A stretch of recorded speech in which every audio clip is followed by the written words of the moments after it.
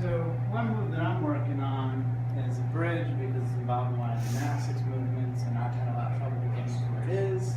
I like to be able to do kips like I used to be able to do and walkouts and walkovers and I think fundamentally my bridge isn't so good. I want it to look like yours. So help me figure out what's wrong with it. Sure. Alright, so I'll get into it and you can tell me where we need to start here.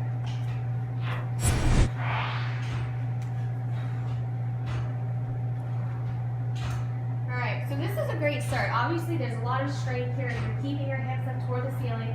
A few things though. That's good.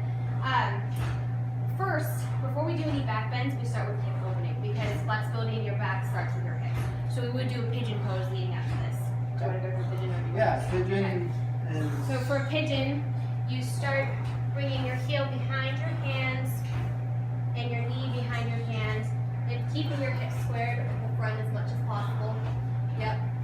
And you'll have a block when you use this. So if both your hips aren't coming down to the floor, then you can put something under your hips to give you a little support. Yeah, so you should feel a nice openness there. Keep your leg as straight as possible.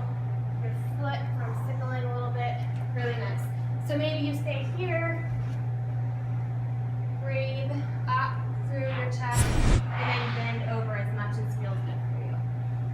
Let your head hang loose, and just kind of scan your hips, make sure you're releasing everything. So come back to your palms. I'll remove this from under you. And then press your hands back into a down dog, and we'll do the other side. So curl that in, come back to downward facing dog.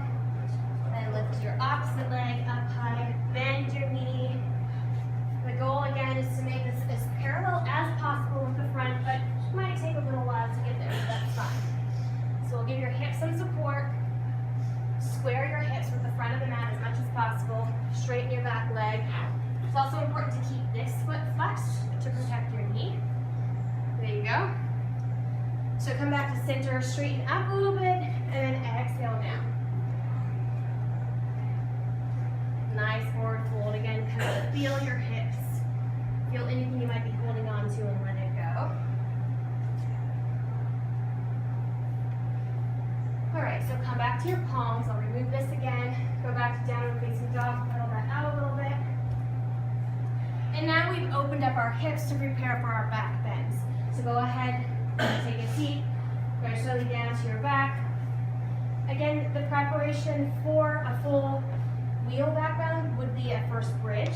So just time, keep your shoulders on the ground, bring your feet together. The other important part of this alignment, so bring your hips down again. Before you go up, your heels should be almost touching your rear. So if you reach your hands down, you should be able to touch your heels. Yep. There you go. You can keep your heels on the mat, but they should just be as close to you as possible, so you're kind of maintaining that square. That's close I can get. Okay, that's fine. Yep. And now, push up through your hips toward the ceiling. You can bend your hands. Maybe if you've got those good, or just leave them on the mat. So this is the first start because you're keeping a nice alignment and square. Toes should be facing forward.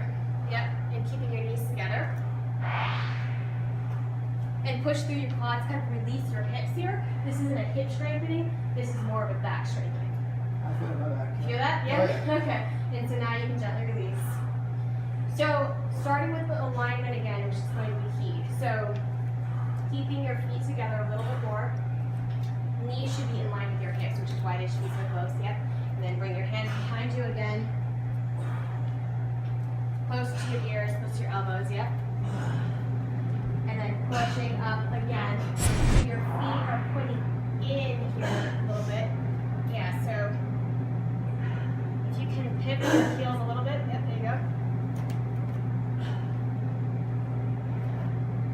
This already looks a lot better because you have that. I can feel it. Yeah, you first kind of opened up your lower spine so you could accept that bend, and then you start out with the right alignment because it's like a piece of wood kind of. If you're not sitting it up with the right alignment, it's not going to be where it needs to be.